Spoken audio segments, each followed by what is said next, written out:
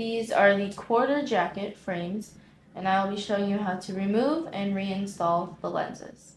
So first you're going to hold on this part of the frame while taking your other hand, 2 fingers under the lens and your thumb on top. You're going to slightly pull the frame away from the lens and then pull the lens down.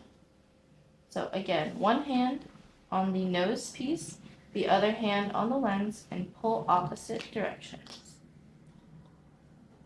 Now, to reinstall the lens, you're going to put in this side into its groove first.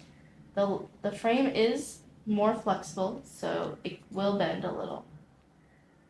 So you slide that corner in, and then you pull the frame while pushing up the lens into its position. You should hear a slight pop, and if there are any exposed marks here, you just push, and that would be your clip.